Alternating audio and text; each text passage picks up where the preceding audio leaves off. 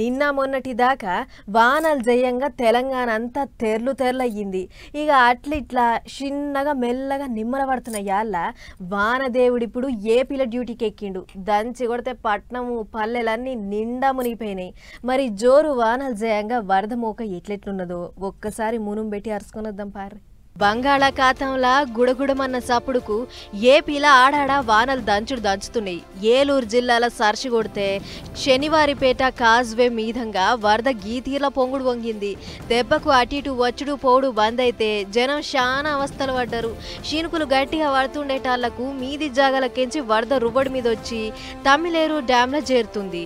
దీంతో నీటి మట్టం అంతకంతకు పెరుగుతుందని చింతలపూడి దగ్గర పట్లున్న తమ్మిలేరు డ్యాం కెంచి నీళ్లను బయటికి వదిలిరు అధికారులు. ముందస్తు జాగ్రత్తగా ఎక్కడేం ఆస్తి పాన నష్టాలు జరగకుండా పోలీసోళ్లు బందోబస్తు చర్యలు తీసుకున్నారు. అటు విజయనగరం జిల్లా మెంటాడ మండలం ఆంధ్ర దిక్కు కుండపోత పోస్తే చంపావతి నదిలో నీళ్ల రువ్వడి పెరిగింది. అప్పటికే ఊళ్లకు పోదామని తయారైన జనాలు గిట్ల పీకల్లోతు నీళ్ల నదిని దాటిర్రు. మొదలు తడవకుండా బట్టలిప్పి అటెంక పొలగాండ్లను వాళ్ళ బడి సంచులను నెత్తిల పెట్టుకుని గింత రిస్క్ చేసిర్రు.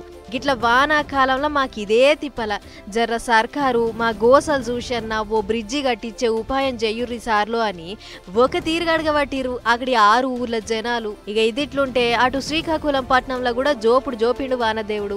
దెబ్బకు పట్నం అంతా మోతాదు శరవైంది. తాకుడు దాకితే రోడ్లు మొత్తం మునిగి వాహనదారులు గీ తీర్ల అవస్థలు పడ్డారు.